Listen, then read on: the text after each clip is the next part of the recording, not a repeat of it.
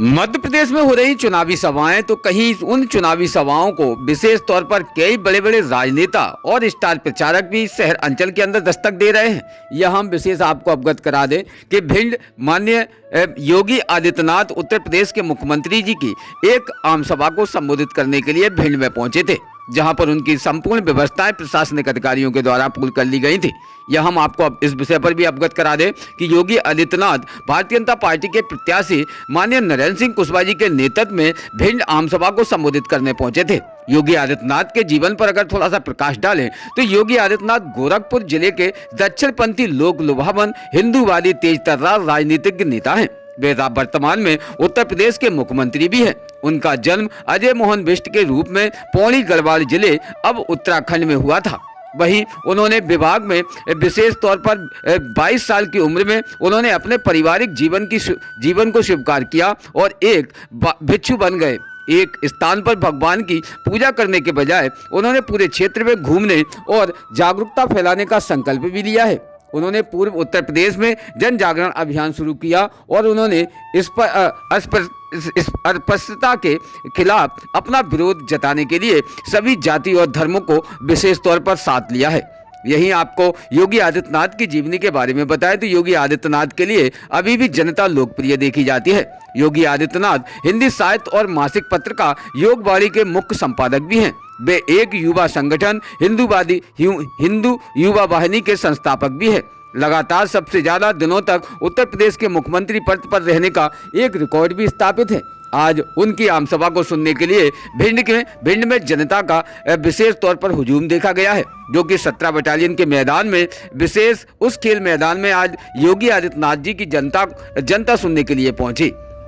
योगी आदित्यनाथ जी ने जिन्होंने लोकसभा में भी इस्तीफा दिया और उत्तर प्रदेश के मुख्यमंत्री के रूप में चुने गए। 29 जनवरी 2015, 21 सितंबर 2017 तक उन्होंने सामान्य प्रायोजन समिति के सदस्य के रूप में भी कार्य किया है। 2014 में वे फिर से 20 लोकसभा 5वें कार्यकाल के लिए चुने गए। इस बार उन्होंने समाजवादी पार्टी की राजमती निष्पाद को हराया भी है। उन्हें 15वीं लोकसभा वे चौथे कार्यकाल के लिए फिर से चुना गया। 31 अगस्त 2009 को वे परिवहन, पर्यटन और संस्कृति संबंधी स्थायी समिति के सदस्य और गृह मंत्रालय के सलाहकार समिति के सदस्य भी बने हैं। उसी निर्वाचन क्षेत्र में वे 14वीं लोकसभा तीसरा कार्यकाल के लिए पुनः निर्वाचित हुए। इसके अलावा वह सदस्य कार्यकारिणी आश्वासन समिति सदस्य, बाहरी संबंध पर स्थायी समिति सदस्य, सलाहकार समिति, गृह मंत्रालय भी बनाए गए हैं। और आज योगी आदित्यनाथ जी की सबसे ज्यादा लोकप्रियता जनता के बीच में बढ़ती दिखाई दे रही है। जानते हैं योगी आदित्यनाथ जी ने भिंड में अपनी दस्तक दी और भिंड की सरजमी पर क्या कहा है, जानते हैं इस स्पेशल खास रिपोर्ट में। भिंड से ब्यूरो रिपोर्ट इमरान अली खान। और ये गदा आपकी आवाज तय करती है कि ये गदा क्या करेगा। और आवाज देता हूं भिंड की ऊर्जा को, भिंड की चेतना को स्वागत करें।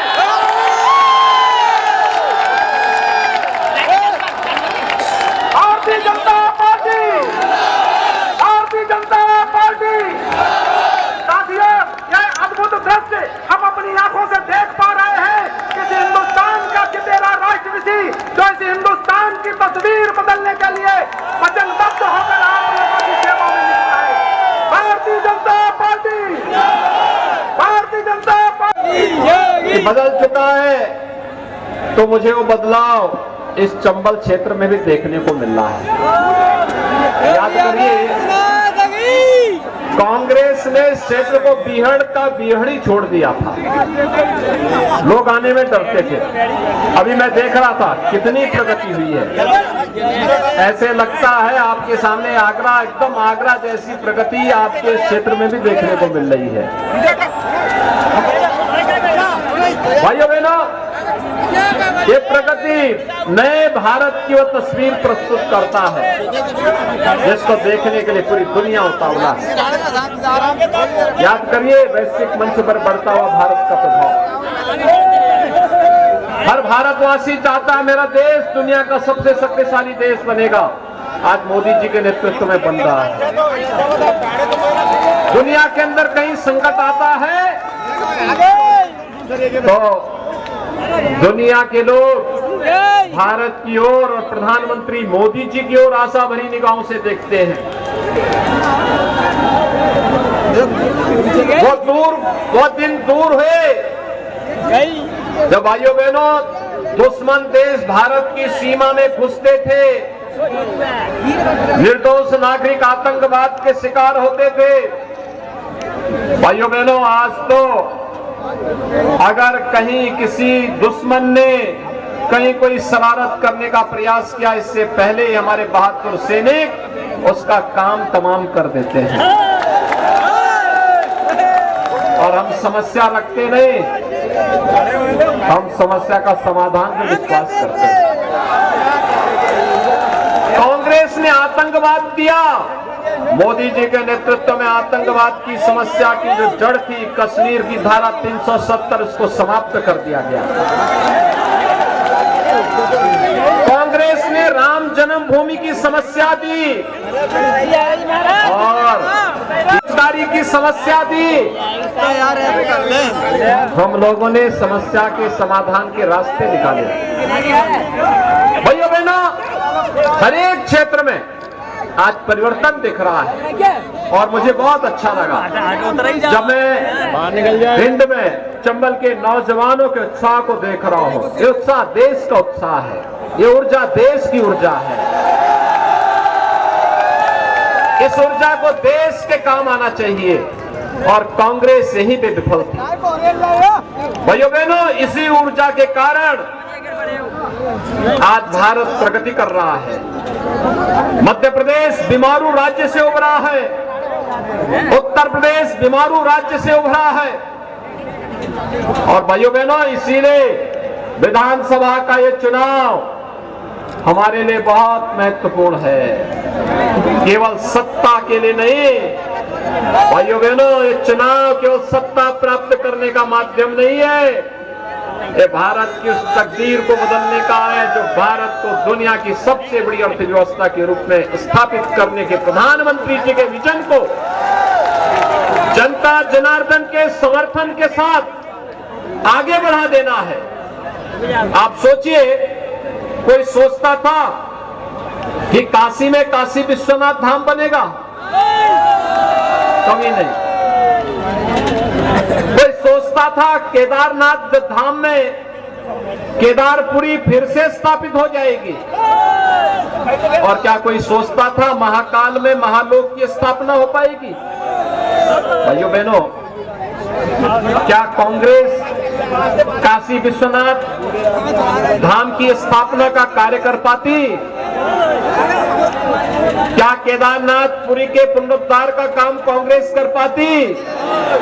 समस्या तो कांग्रेस ने ही दी थी।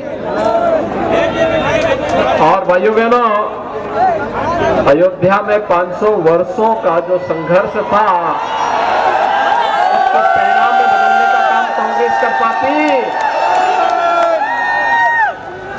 आज तो अयोध्या में भगवान राम का भव्य मंदिर बन रहा है ना।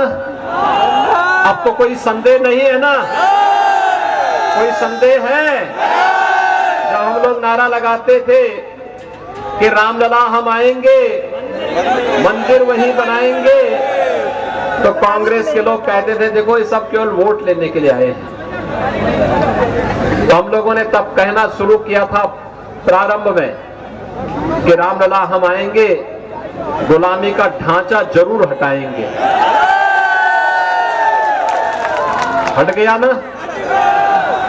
फिर कहा मंदिर बनाएंगे, मंदिर बन रहा है ना? और अब हम बोल रहे हैं तिथि भी बताएंगे। तो 22 जनवरी 2024 को अयोध्या में रामलला का भव्य मंदिर बनने के उपरांत रामलला 500 वर्षों का इंतजार के बाद अपने स्वयं के मंदिर में विराजमान होने वाले हैं। होने वाले हैं ना? और भाइयों बहनों, आप सभी को अयोध्या में रामलला का दर्शन कराने के लिए डबल इंजन सरकार के सारथी के रूप में अरविंद सिंह भदौरिया, नरेंद्र सिंह कुशवाहा जैसे लोग जब जीत के जाएंगे तो लेकर के अयोध्या भी लेके जाएंगे। रोज़ ताज़ा खबरें देखने के लिए हमारा चैनल DBC 24 न्यूज़ को सब्सक्राइब करें, साथ ही बेल आइकन भी दबाएं।